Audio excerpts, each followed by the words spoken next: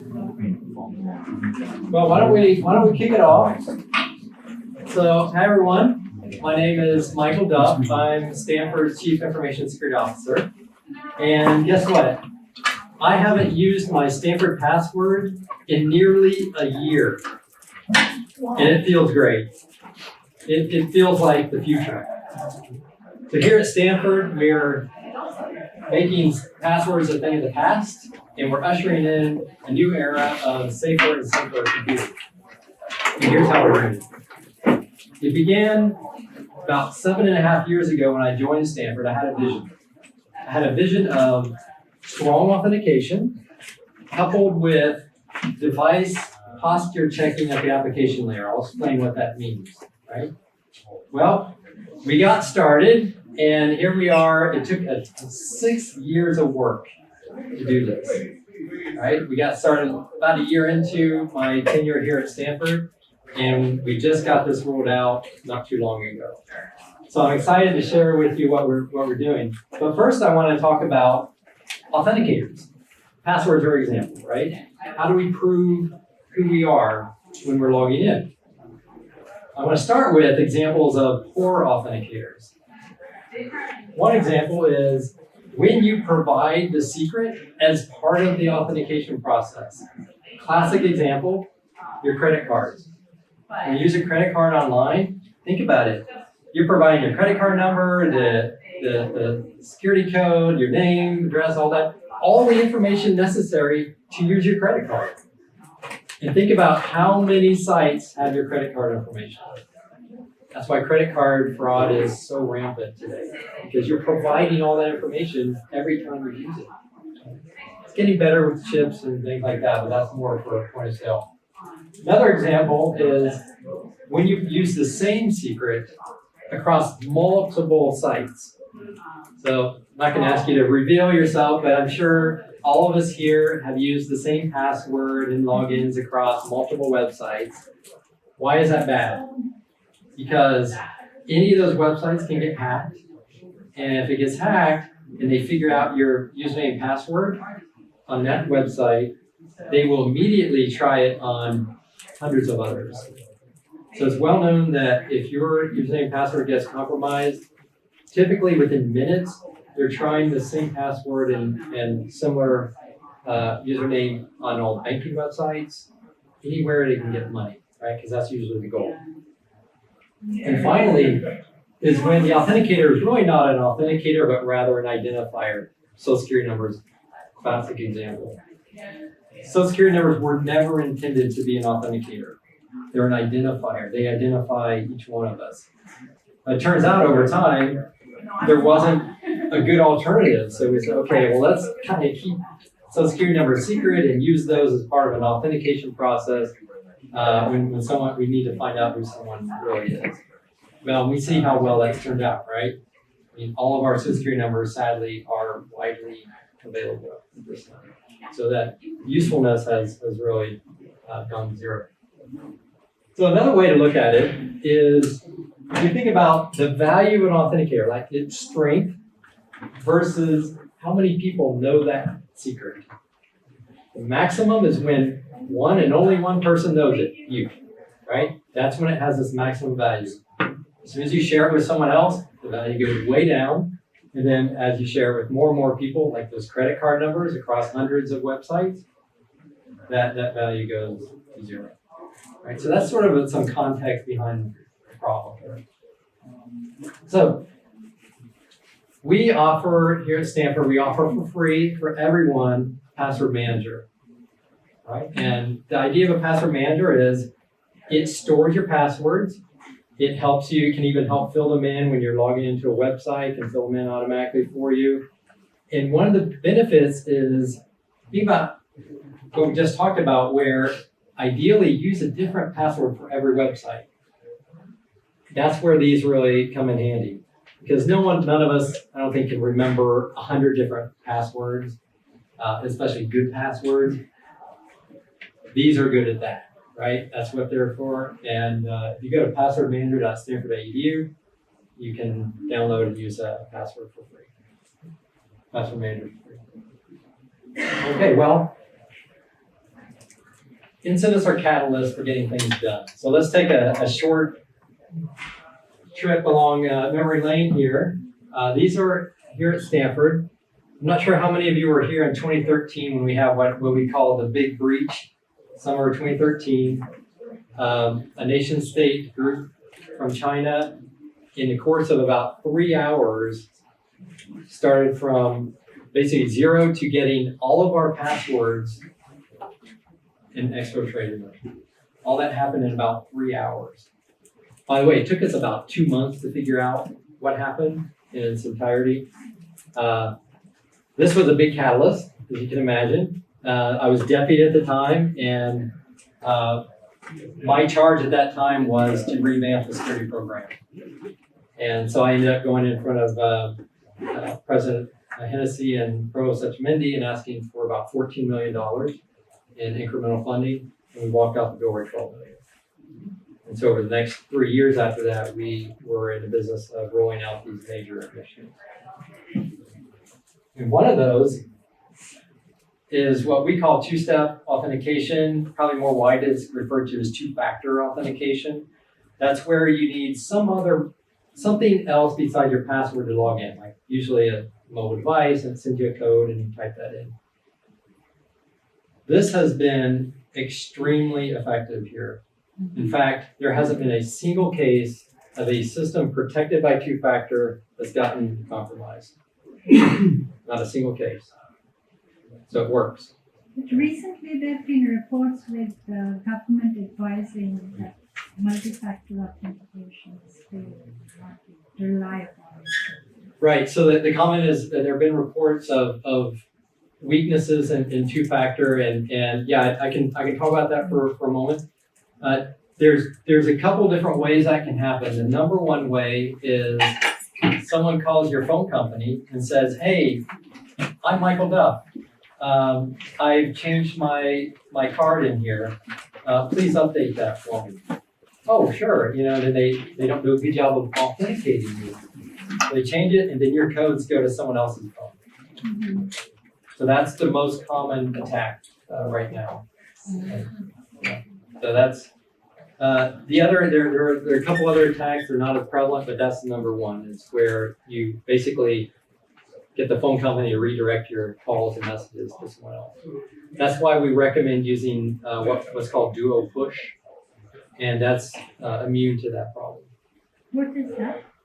It's where when you're prompted for two-factor, actually pops something up on your screen and you just hit go. And that's actually stronger than sending a text message to someone and having them type it in. Okay, so we rolled that out. We were, by the way, one of the first in all of higher ed, in fact, the first university I know of to roll out two-factor authentication to everyone. No exceptions. Back in 2013. Around that same time, we were also having a lot of problems with devices going missing. Just so everyone gets a sense of it, we lose about 2 to 3 devices a day at Stanford, right? And some of those contained unencrypted medical records. Well, that's a violation, and we had to respond very aggressively to that. So that triggered a big effort to get everything encrypted, right? So you may have seen the encrypt.stanford.edu website. And then we created My Devices system. Has anyone heard of My Device? Anyone seen that? Okay. Yeah, so we built this in-house, and the goal of this system was to know what devices are being used, who's using them, what their affiliation to Stanford is, and what the posture of that device is. Have they encrypted the device? Are they using a password-protected screensaver? And don't worry about all these acronyms up here, but all these are different systems up here. And the goal of My Devices is to bring all that information together so we can create a portal that lets us send out automated notifications to say, hey, your device needs to be encrypted, and then actually enforce it. This system took us 25 person years to build. And the return on investment has been extremely high. So in security, it's notoriously difficult to measure return on investment. This is one of them that has been very clear. So again, we lose a couple devices every day. Some portion of those contain regulated data, and we continue to lose devices every day. We have prevented, I think, probably more than 200 incidents since we started doing this. I think more, but at least 200. Each of those could have been a major problem for Stanford. So this has been extremely effective and successful. And I think all of you have seen the My Devices page where you log in. It tells you the compliance status. Notice all mine are compliant. It'd be kind of embarrassing if they weren't, but that's what that's for. It was a static page. Yeah. Yeah. They may not be compliant. I took a screenshot earlier today. Okay, well, I'm not a Are you tracking both BYOD devices and corporate owned or just Stanford owned devices? Great question. The question was, are we tracking your own devices that you bring to work as well as Stanford owned? Yes, both. And they both show up in here. So you're managing BYOD devices or you just monitoring them? We will manage them as well. That's right. Yeah. So we one of the first things I did before I took over the CISO role here, when I was in the deputy role, we adjusted the policies. I adjusted policies here at Stanford to say that we don't discriminate between your personal device and a Stanford-owned device because the risk follows the data. If you're accessing Stanford systems and data with any device, the policy should be applied equally. So that brought in the BYOD. And I will mention a shortcoming of that in just a moment. Okay, I'm not a salesman, but here's my best sales pitch. Imagine not having to type in your password anymore, and yet be more secure. Doesn't seem like it seems too good to be true, right? But this is one of the rare cases it's actually true, and we're calling it Cardinal Key.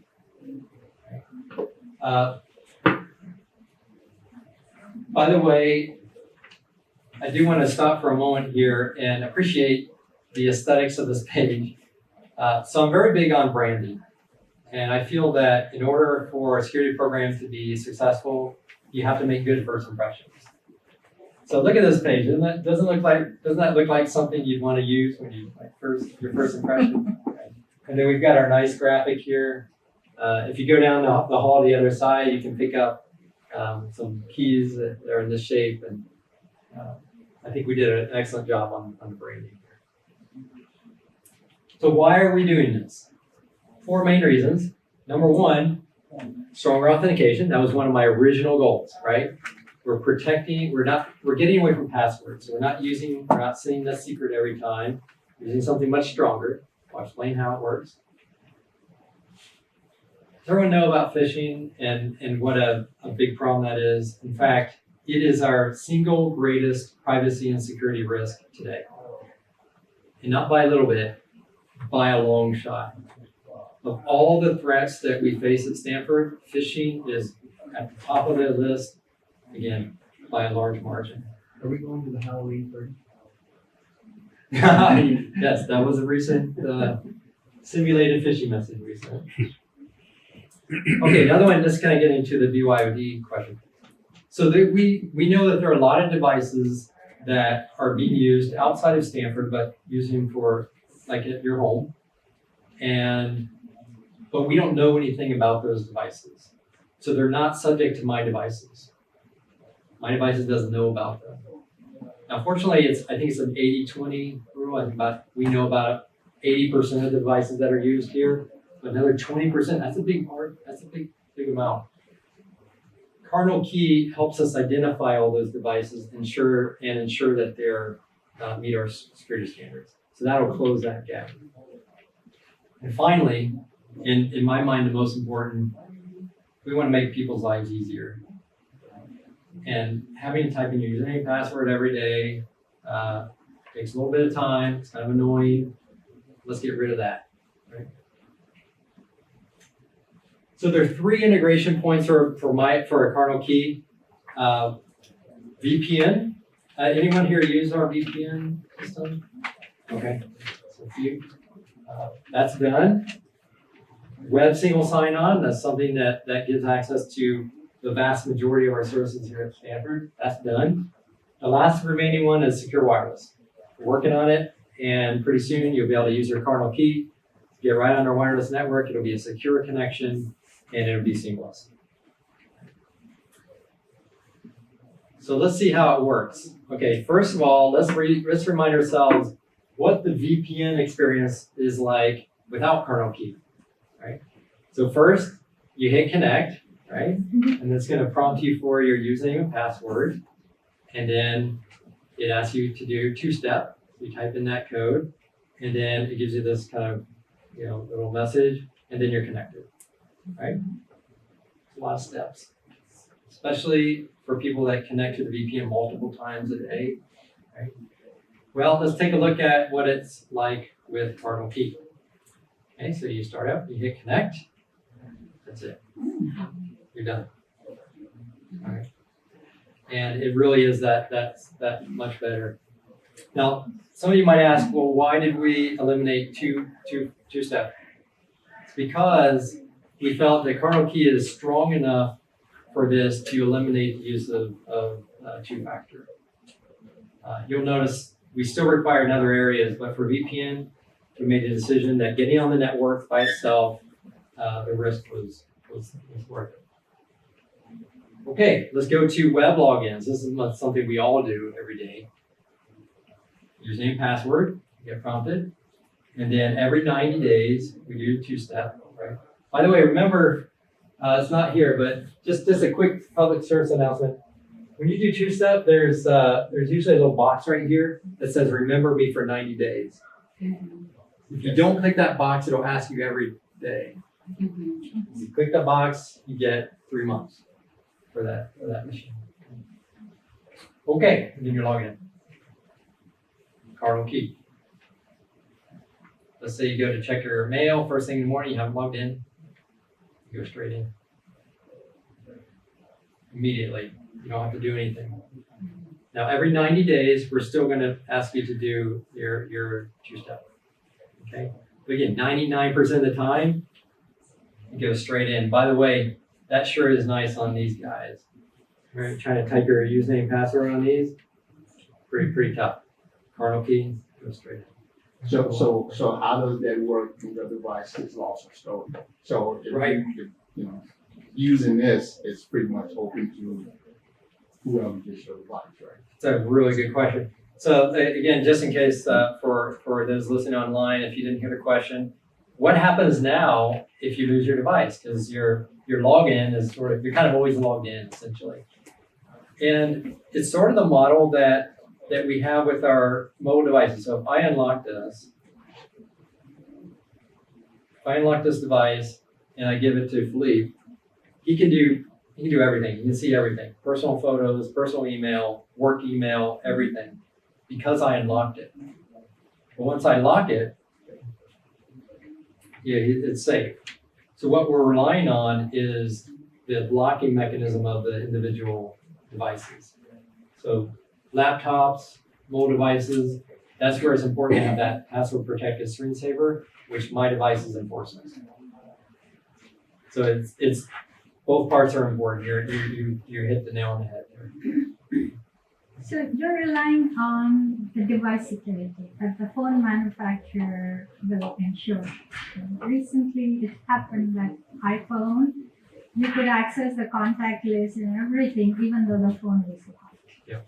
So I think, relying on device makers is not a very good strategy. Anything in hardware, firmware, software, app, relying on them. So the question is, how do you design a security strategy which is zero trust basically? So you're not trusting the device maker, you're not trusting the app maker, you're not trusting any of the software in the device.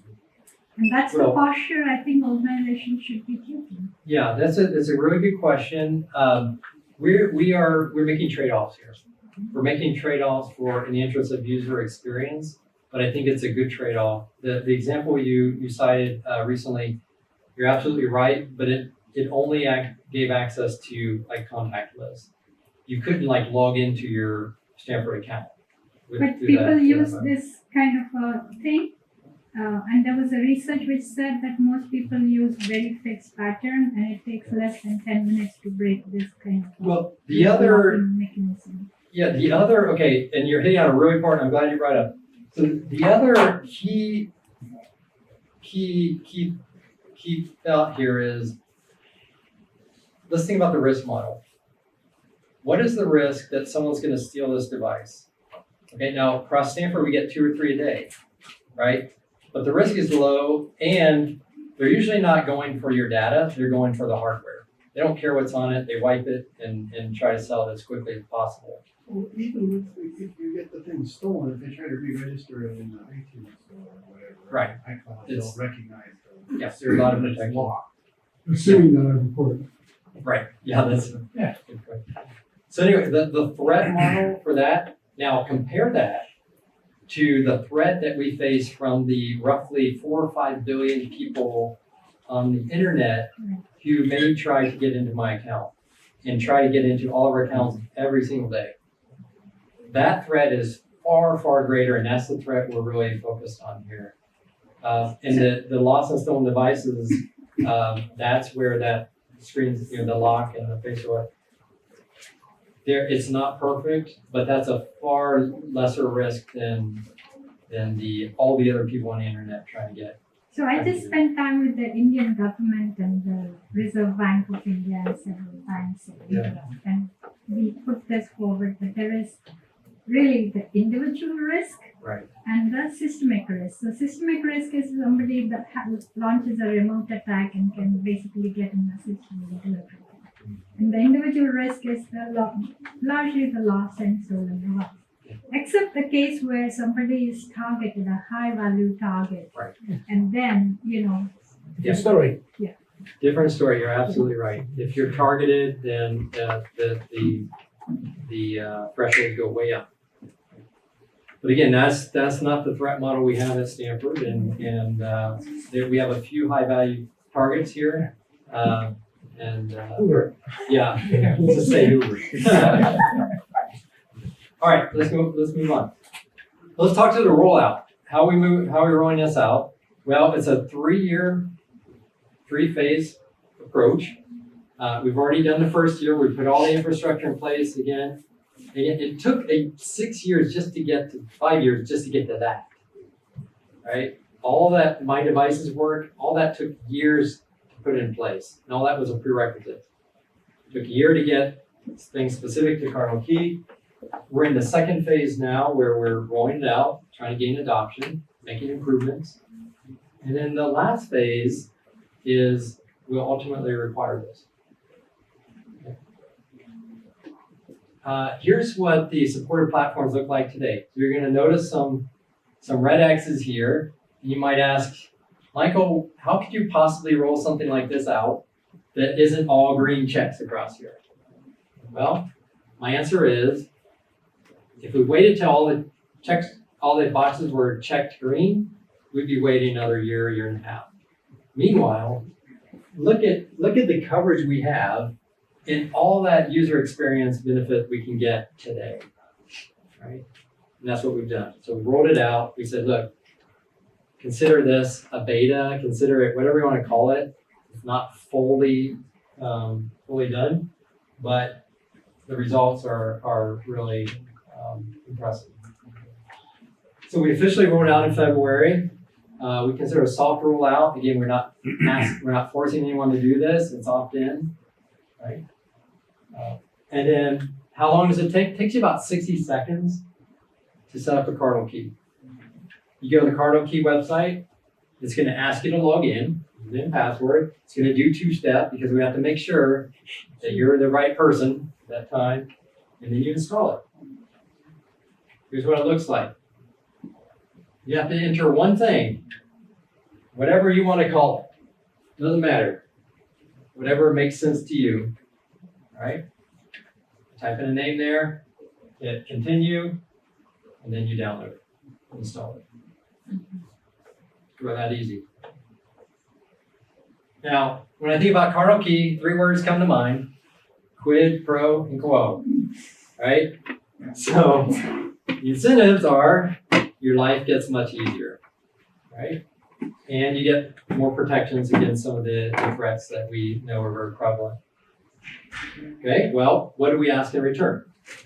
We ask that you run an agent on your machine like it's required by my devices here, but if you're working from home, your machine there would have to be managed.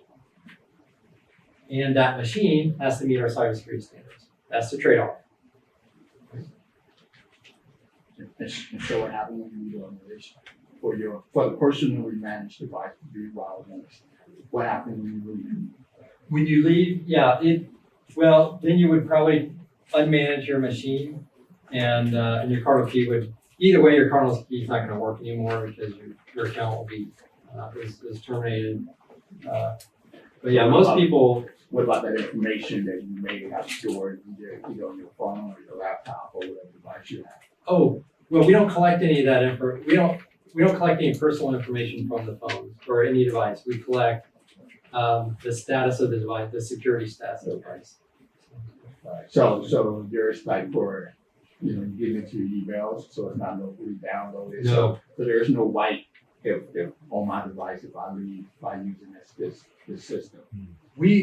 For like phones, we have the ability to wipe devices. So when someone leaves Stanford, they would typically remove that from their phone, so you're not managed anymore, and then we lose that capability at that point.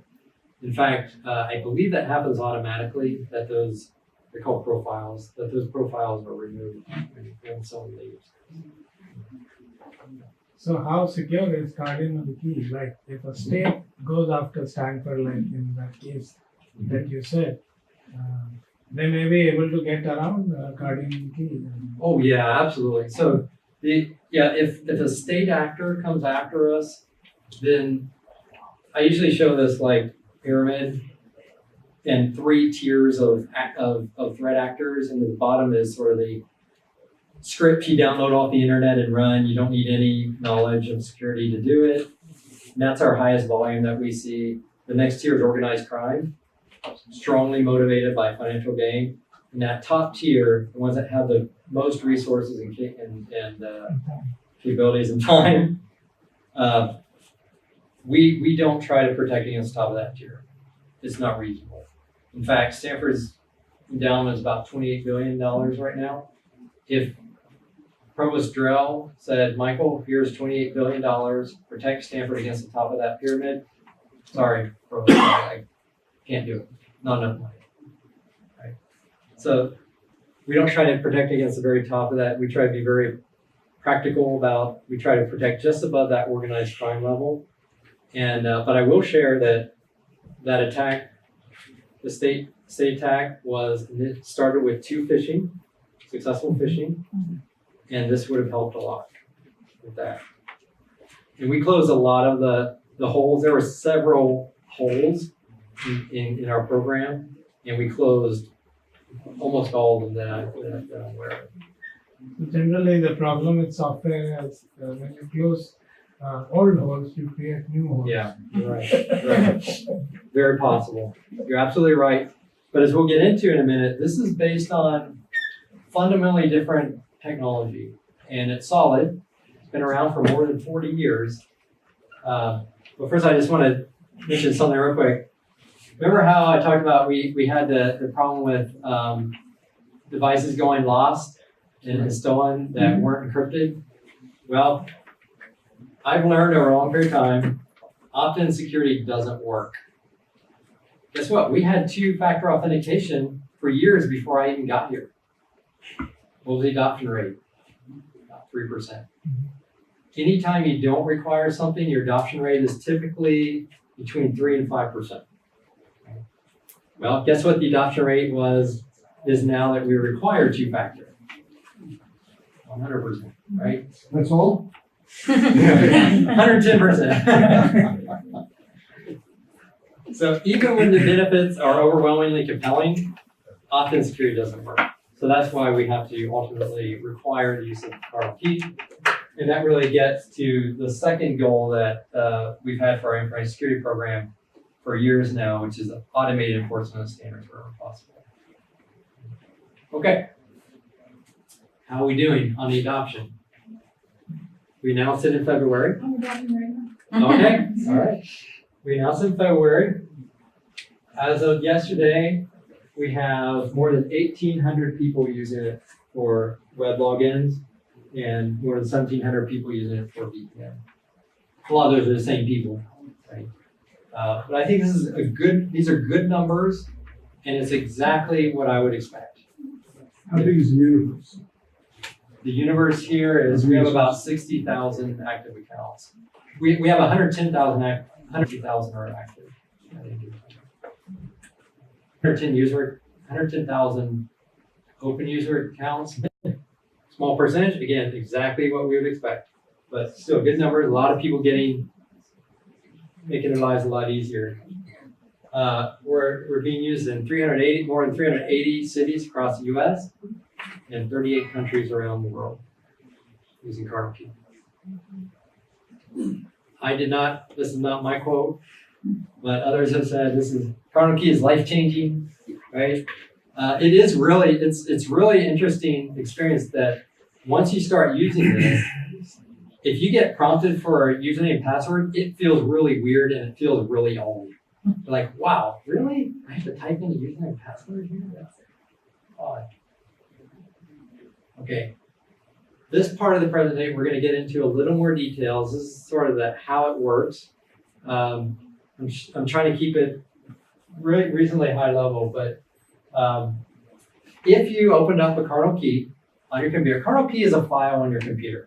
Now, it has some special properties, right? But it's a file, and that file uniquely identifies, that's my username, and that long thing after it is unique to my laptop computer right there. Yeah.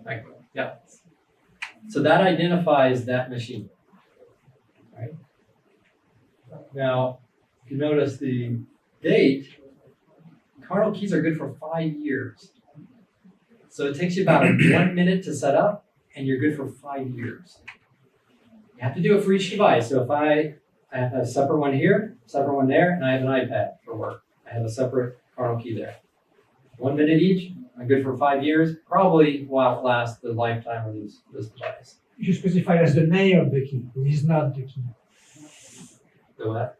This is the name of the key. Oh, this yeah. is not the Okay. key. Yeah. The key is That's right. Okay, so this is what it looks like, right? You can see some of the information in there. So one of the things we have to do is to know what Cardinal keys are on which devices. So we have a device over here, has a Cardinal key on it. Well, that's why we need an agent. Really a couple reasons. First, we need to know the security posture of that device, make sure it's encrypted and password protection screensaver. Over in My Devices land, it's not so obvious that those are connected. So we use our agent to say, this Cardinal key is on this device, and that allows it, this is my very best PowerPoint animation. See that? It allows us to make that connection in My Devices. And by the way, this looks easy and obvious, but I tell you, we worked on this for years.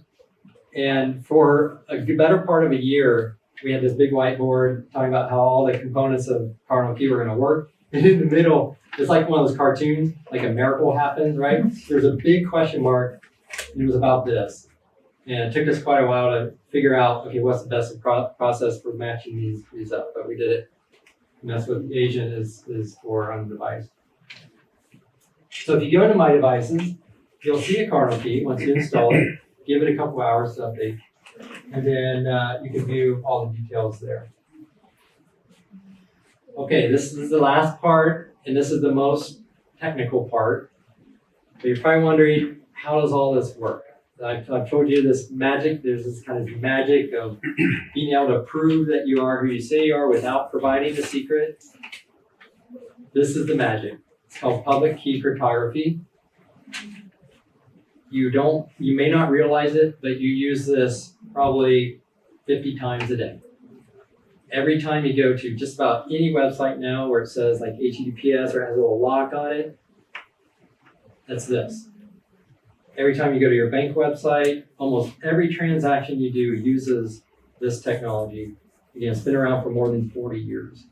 You might ask, why is it only now that we're applying this to things like replacing our passwords? Well, a lot had to happen, and a lot has happened in the last 10 years to make it easy to get those on the devices. Yep. So you know how I told you it took 60 seconds? Well, it used to take like a half an hour to do that. And that just wasn't acceptable. Here's public key cryptography in a nutshell. This is going to be, you're the first group for me to try this out on, so I'm curious to see what you think. Okay. You have two keys, right? These are numbers, essentially. Think of them as numbers, but if the key imagery works better for you, so they are. One, we think of as a secret key, meaning you never reveal that to anyone. It's secret. You keep it on your device. No one ever gets to see it. You never share it with anyone. It stays there. Public key, as the name implies, you can tell everyone. In fact, it's probably good. You should probably tell everyone. You can put it on a billboard. Fine. The magic is these two keys are mathematically related. So what does it allow you to do? I have a message. I encrypt it with my secret key. So I've got some encrypted data there, and then I can use the other key to decrypt it. It may not seem like magic, but it's really incredible that this is possible. Usually, you have to use the same key, right? That's the kind of the usual encryption mechanism where you encrypt it with a secret and then you decrypt it with the same secret. This one is two different things. You can encrypt with one, decrypt with the other. Guess what? You can do it in reverse. Take a message, encrypt it with this one, and decrypt it with that one. Works both ways. They're complements to each other. All right? If you get this, then you've got public key cryptography. You understand the fundamentals of it. So now, this is a cardinal key, right? One thing I left out before is your cardinal key has your public key in it. It's unique to that cardinal key, so it's unique to each one that you use, and that's that public key we're talking about. So how does this help?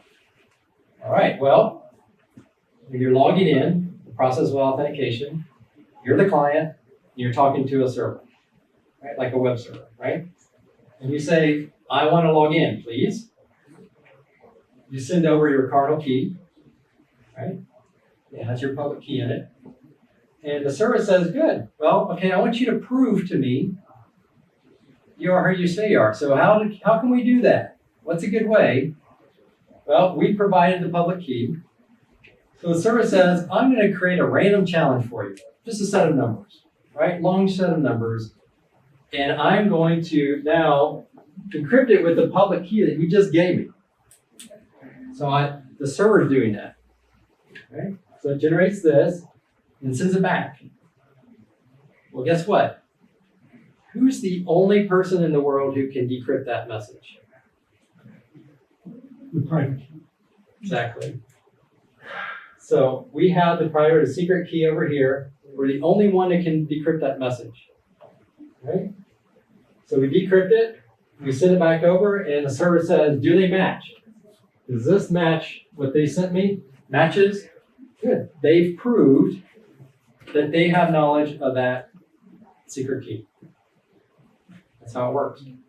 Can the last part be intercepted and somebody acquire that to, man in the middle kind of thing? Yeah, I've greatly simplified the protocol here. So you're absolutely right and there are other mechanisms that prevent exactly what like a man in the middle. But you're absolutely right. That's a perfect thinking. All this is part of what's called the TLS protocol, and so that's all factored in. But this is essentially what happens. So that's how you use the cardinal key to prove you are who you say are, because you're providing that public key, encrypt something with that. Say, good, prove it to me. All right, I can decrypt that, send it back, and that matches up. So let's zoom out. Yeah, Tom. A question on this. So, yeah, I was thinking strike those opportunities and threats, and I like how this works. I've used it before. It's pretty cool. I think I've also filled in and feel different. Yeah. The one thing that I'm wondering, it's kind of a hardball question, sorry, is what if the external entity, the government, asks for a key to encrypt all of this stuff for quote unquote security reasons? What would be the response? It's a hardball question. So Well, it wasn't really architected into So- this. yeah. but So I- that's a great question, Thomas. That and that in not here, but that there are ways of doing that. But what it requires is sort of this master thing. We have that. We generated it. And no single person. It takes 3 people to reassemble that one. Certificate of authority. Yeah. yeah. We'll talk more, but that's a great question. Yeah, and I wonder, Um, to me, that was kind of like a side door, so. Yeah, it's actually better than you might think. It's Okay. better protected than you might think. Okay, last couple slides here. This is how it all comes together. I'm over here with my Cardinal Key. I say, I want to log into my email. All right, so the thing in the middle is the server that you talk to when you ask to log into something. So it's great. It does that handshake we just did, verifies everything's valid, makes sure that the Cardinal Key hasn't been revoked. Says, hey, is Michael Duff's account at Stanford still active? We have to do that, right? We have to check. 90 days, time for 2-step. And then it says, great, now that we know which device it is, because that's in the Cardinal Key, right? What's the status of that device? So I'm logging on here. Is this device on? Yes. Great, you're in. You're good. And it turns you over. So this process for internal and external use, Yeah, so no password. And I see dual still in there as well, so That's right. you still get the push from dual we used to go for our 2-factor. Yeah. for external or for both, After both. Yeah, for internal and external. absolutely. Yeah. Yeah. When we enabled it in 2013, we enabled for all systems, no exceptions, and all users, no exceptions. And not internal and external, we didn't distinguish. So the adoption rate is like less than 1%. How does that work? If you have this, is that really being used? Cardinal Key? The system itself. I mean, Yeah. So that we have a mechanism that we can require a person to use it. We have two different possibilities. We can either require a person to use it, or we can require a service to use it. So let's say we turned it on for email. Then anyone going to email would have to use Cardinal Key. So that's what we're going to be doing over the next year, is to start turning that on and putting people in that group that says you have to use Cardinal Key. I'm not going to talk about the next one too long, but this is the actual layout. If anyone's interested, there are some performance issues we had to address, but we anticipated them early on, so we didn't actually ever have this problem. But this is how it actually is laid out today. So how many devices can you associate with this? I know you have like 2 phones and a laptop, but As many as you want. probably there's some Yeah. limitations. No notification. There's a few resources, and I'll just stop and I think we're about 10 till right now, so I'll stop and I'll take any questions you might have. The Cardinal Key has lifespan of 5 years. Yeah. So you still have to change your password every 6 months for your Internet ID. Once a year if you're in the covered entity. So otherwise you still have to go through that process, change your password. Yeah, and that, by the way, that year we chose, our HIPAA doesn't specify the periodicity, they just said it has to be periodic. Okay. So, but now the new NIST, new NIST standard came out saying it's actually better not to change passwords all that much. So we could actually use that as some reason to not change them as often. And again, for everyone's who's curious, covered entity has to do with the medical system at Stanford. So most people are not in the covered entity. So you have deployed this system over different countries and different organizations.